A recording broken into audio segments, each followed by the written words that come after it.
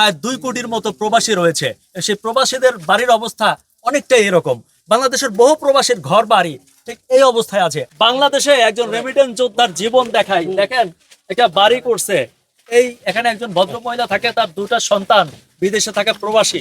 তাদেরকে আমরা সামান্য নিরাপত্তা দিতে পারছি না। যেভাবে ভাঙচুর করা হয়েছে, পেছনে দেখবেন যে একটা নতুন বাড়ি করতেছে, এখন তাদেরকে চাঁদা দিতে হবে। চাঁদা দেয় নাই বলে তাদেরকে দেখেন যে কিভাবে ভাঙচুর করছে, কিভাবে লুটপাট করছে।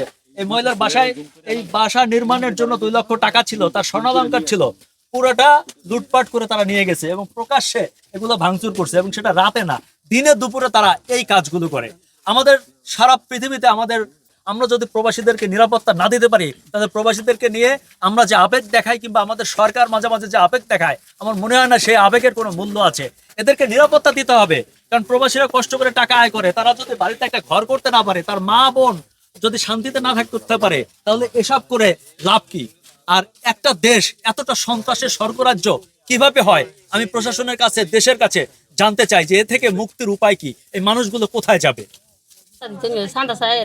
এখন আমি চাঁদা দিতে পারি, কি চাঁদা দিব? আর লেদা লেদা বাচ্চা করে আমি দিয়ে দিছি বিদেশে অভাবে।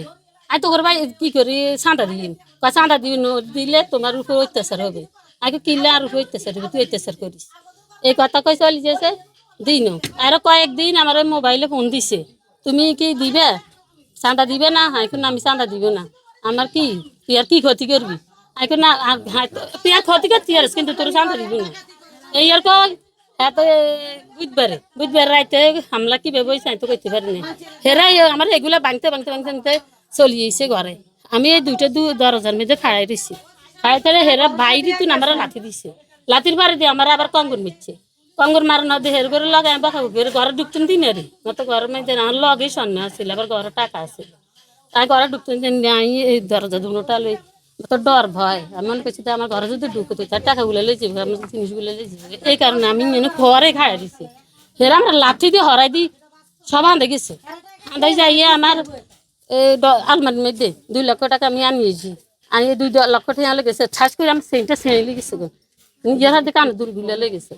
এই যে এই বাড়িটাই প্রবাসীর বাড়ি, এই বাড়িটাই প্রবাসীর বাড়ি। এই বাড়িঘাটায় এদের কাছেই চাঁদা চাইছে, 50,000 টাকা চাঁদা চাইছে। চাঁদা না দেওয়ার কারণে তারা এই বাড়িটায় ভাঙচুর করছে। এবং পরের দিন সকালবেলা 11টার দিকে আজম এবং শিকদার নামে একটা ছেলে, সে সহ 80 এগুলো ভাঙচুর করছে। এবং তাদের এইটা, এই যে দেখেন, এই বাড়িটাই প্রবাসীর বাড়ি, তাদের ঘর লুটতরাজ করছে।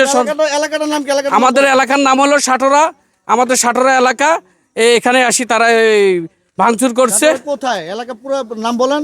সাটোরা, সাটোরা তালুকদার বাড়ি। এটা সাটোরা কি কোন জেলা, কোন বিভাগ? আপনার হলো, এটা হলো কুমিল্লা জেলা, মনারগঞ্জ থানা। মনারগঞ্জ থানা 6 নম্বর ওয়ার্ড, সরসপুর ইউনিয়ন। চলুন। হ্যাঁ দেখেন, আপনারা দেখেন এগুলো, এই যে দেখেন সমস্ত জিনিসগুলো দেখেন, সবগুলোর পাইছে এই বাড়িটাই। এটাই প্রবাসীর বাড়ি। এবং তারা এখন নিরাপত্তাহীনভাবে ঘুরতেছে, তাদেরকে মোবাইলে হুমকি দিতেছে, কোনো প্রশাসন মামলা করতে দেয় না। তাদেরকে প্রতিনিয়ত আপনার এদেরকে মোবাইলে হুমকি দিতেছে এই মহিলারে।